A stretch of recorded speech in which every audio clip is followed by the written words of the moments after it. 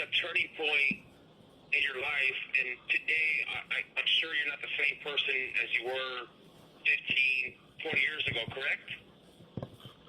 Oh, definitely not the same person. Yep. This call and/or telephone number will be monitored and recorded. So why did you decide to change your life around? Like, what was that turning point for you to change? Because you mentioned earlier that you were so, like, deep-rooted into your gang mentality. You were callous. You had no type of skills. So what made you turn your life around? Man, so that's really like a complex. I have to give you like a real complex answer, right? Because like now, with the knowledge that I have and my life experiences, looking back, I could tell you like, okay, this is what happened, right?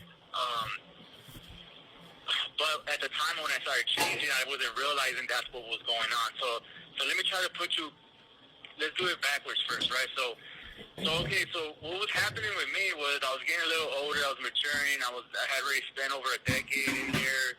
I had been in prison for a while, still involved in the gang, still involved in all the crazy stuff that goes on in prison. And I started seeing things like what I thought things were when I first came into this life. They weren't the same. My values started shifting. And what I mean by that is, like, I used to value notoriety, right? I used to value, like, this false sense of respect, right? And it really wasn't respect. It was just fear. I wanted people to fear me because I had low self-esteem. And I think what ends up happening with me is that I started realizing that, hey, dude, like, I got problems, and all these other dudes got problems, and we're just a bunch of idiots doing a bunch of dumbass shit in here, and we're just living in this crazy cycle, and all we do is the same shit all the time. We keep stabbing each other, we keep politicking against each other, we're pushing the same madness over and over on each other, and I kind of was getting a little tired of that, and I just didn't know how to get out of it. Like, I didn't know anything else. That's what I've known all my life since I was a child, is gangs and ego trips and trying to earn a name and establish your name in the gang culture and being power hungry.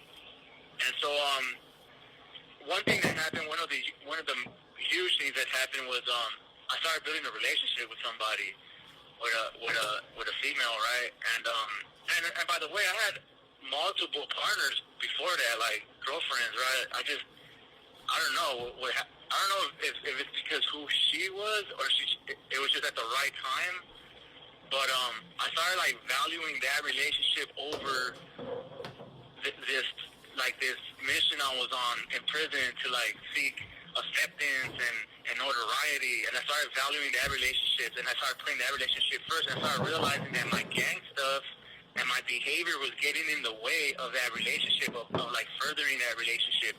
So that was like one of the things that happened. But besides that, I ended up getting what's referred to as slammed down. And what I mean by slammed down is the correctional institutions that I was in. They started like realizing that they didn't want me in general population. They wanted me in segregation. They didn't want to let me go. So at the time,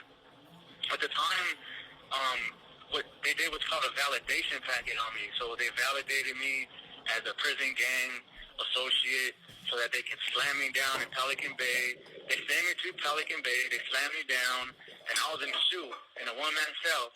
I couldn't go to the yard. I was just stuck in this cell, and I was having a lot of anxiety issues. Like, I was like missing people. I was trying to think about what was wrong with my life, and pretty much that forced me to understand that I had a lot of problems and I needed to do something and needed to turn around. I'm gonna call you back.